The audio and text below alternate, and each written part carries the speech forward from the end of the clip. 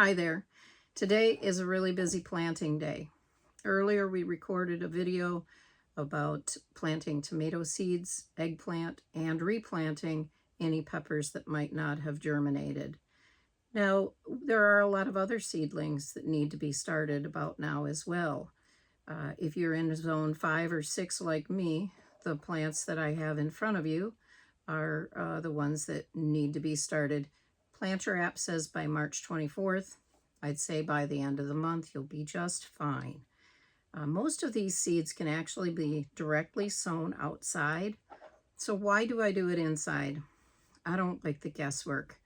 I want to know how many plants I have. I want to be able to plan exactly what I'm planting. I don't want to risk a bird coming along and eating my seed, or there's just too many variables outside that make me nervous as far as just planting from seed. And I don't want to go to the greenhouse and buy my seedlings. I've done that in the past where I actually planted a lot of things outside. Something happened and I went to the greenhouse and I still spent a lot of money there. Now, a greenhouse is a great option if you don't have the time, the energy to actually plant your own seeds. The greenhouse is a fantastic option, and they grow really beautiful, beautiful plants. So let me just tell you the other seeds that I've been planting here today. And I'll start with Brussels sprouts, collards, love collards. I've got a couple kinds of cabbages, mustard. I did replant some basil, not because it failed, but because we love basil, and so I like to have it in a few different phases. I've got some cilantro because I did fail at that. I've got several different kinds of Swiss chard and several different kinds of okra, shallots, and then almost this entire tray is kale. We love kale. It grows really well in containers, and I have about 40 of those. Of course, that's not all kale. I actually plant a lot of peppers in containers, kale in containers. I have one type of okra that is small that I will plant there also. Container gardening is a really great way to have a little bit of vegetables.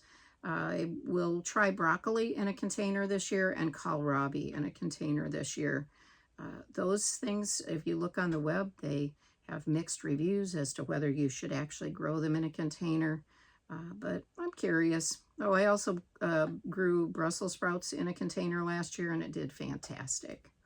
So those are a few more of the things that you should be planting before the end of March. As always, before I planted anything, I pre-moistened the soil, and then I put it into these trays, poke a hole into each one of the spaces, and make sure that's a 1/4 inch to a 1/2 inch, no deeper than that. Put a seed in each of the spaces, and then cover these up with a little bit more of your seed mix. Now, the difference between these plants and the ones we planted earlier today, which were the tomatoes, the peppers, and eggplant, these don't need to be on a heat mat. So it makes it a lot easier to grow these inside, a lot less maintenance. I don't put a humidity cover over these. They generally are pretty hardy. All the brassica seeds look exactly alike, so you definitely don't want to mix those up.